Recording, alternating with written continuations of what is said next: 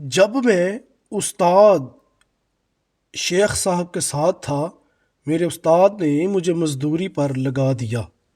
میں بحری جہازوں میں لوڈنگ ان لوڈنگ کرتا تھا۔ میں سارے دن کی محنت کے بعد جتنے پیسے کماتا تھا، میرا استاد ان میں سے 2 وقت کے کھانے کی رقم رکھ کر میری باقی کمائی ہیرات کر دیتا تھا۔ میں نے ان سے ایک دن اس حکمت کی وجہ پوچھی تو وہ مسکرا کر بولے، تم 11 مہینے یہ کام کرو، میں تمہیں اس کے بعد اس کا جواب دوں گا۔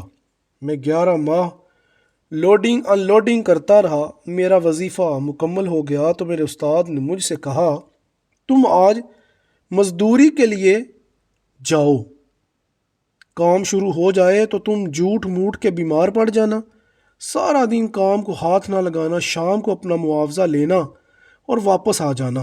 میں نے شیخ کے حکم پر عمل کیا۔ میں سارا دن پیٹ میں درد کا بہانہ بنا کر گودی پر لیٹا رہا۔ شام کو معاوضہ لیا اور استاد کے پاس آ گیا۔ استاد نے فرمایا، تم اب 2 وقت کے کھانے کے پیسے رکھ کر باقی رقم خیرات کر دو۔ آپ یقین کریں، وہ 11 ماہ میں پہلا دن تھا جب میرا دل خیرات کو نہیں چاہ رہا تھا۔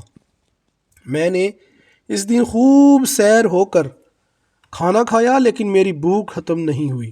میں نے اس رات پہلی بار اپنے کمرے کی کنڈی لگائی۔ میں گوڑے بیچ کر سویا، لیکن میری نیند مکمل نہیں ہوئی۔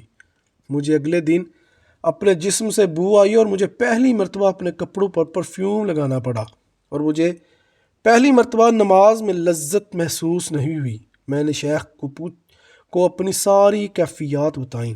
وہ ہنس کر بولے، بیٹا یہ حرام کا کمال ہے۔ حرام آپ کی زندگی کی تمام نعمتوں کا جوہر اڑا دیتا ہے، آپ انسان سے جانور بن جاتے ہیں۔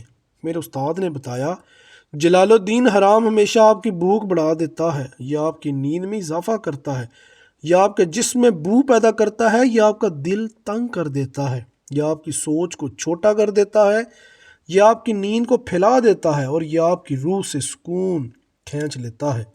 میرے شیخ نے مجھے بتایا، آپ کو آج ایک دن کا حرام 40 دن ستائے گا۔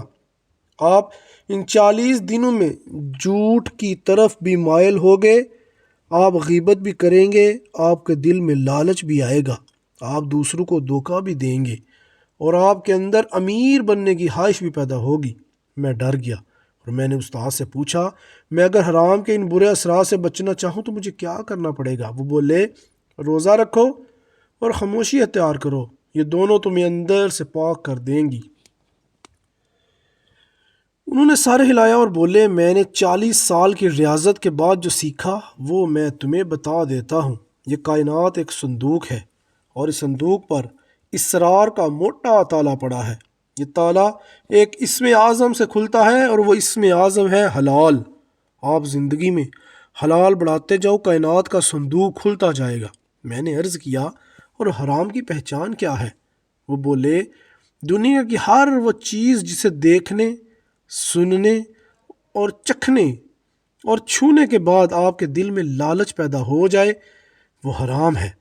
آپ اسے حرام سے بچو، یہ آپ کے وجود کو قبرستان بنا دے گا، یہ آپ کو اندر سے اجاڑے گا، تباہ کر دے گا، یہ آپ کو بے جوہر کر دے گا، بے قیمت کر دے گا، اپنے گھر میں، اپنے پڑوس میں، اور پورے دنیا میں، پھر پورے معاشرے میں آپ کی کوئی اہمیت ہی نہ رہے گی، اور آپ کے چہرے کی رونق ختم ہو جائے گی۔